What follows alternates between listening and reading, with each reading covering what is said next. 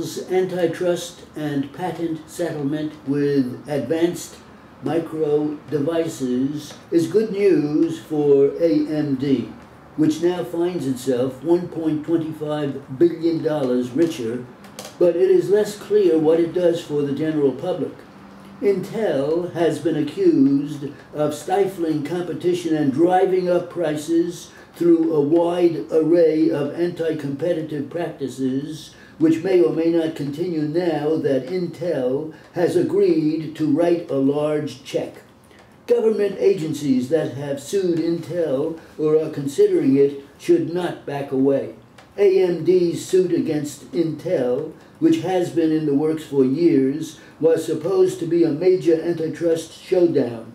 Instead, AMD has agreed to call off the fireworks for a sum that means a lot more to AMD, whose stock price soared on the news, than to Intel. As part of the deal, Intel has also agreed to adhere to some new business practices.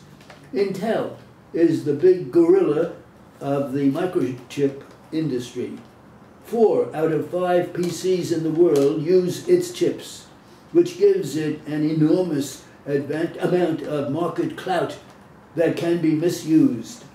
Regulators have accused Intel of offering big rebates and co-marketing agreements to induce larger computer makers to choose chips over its competitive products.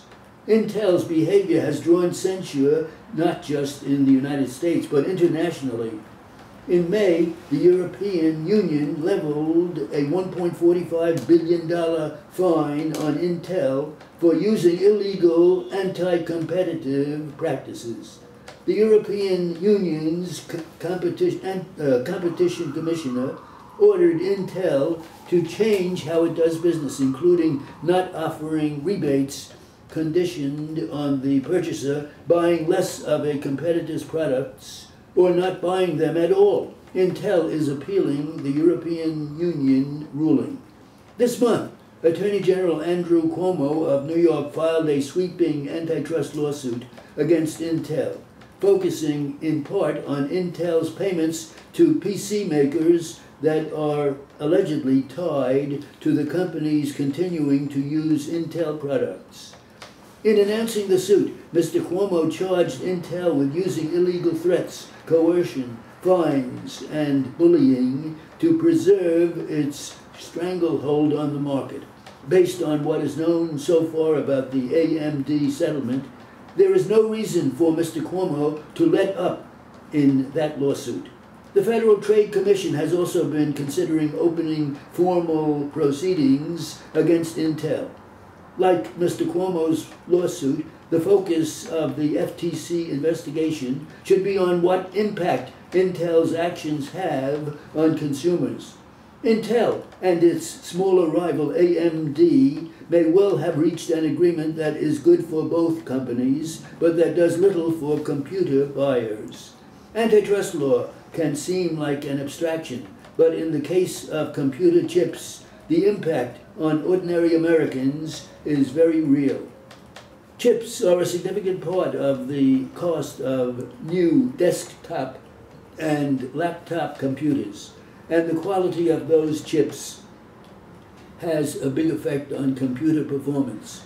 If Intel is using its market power to keep prices high and fend off better products, it is consumers and not just competitors like AMD who are the losers.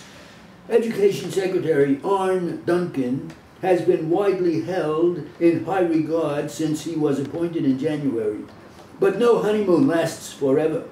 Mr. Duncan's came to an end earlier this week when he issued long-awaited rules that the states must follow to apply for his $4.3 billion discretionary fund, known as the Race to the Top Fund, and the second round of federal financing under the $49 billion federal stimulus package known as the State Fiscal Stabilization Fund.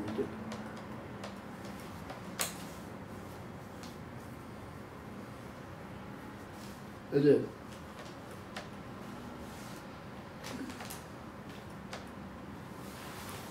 It's okay. It's right down your alley.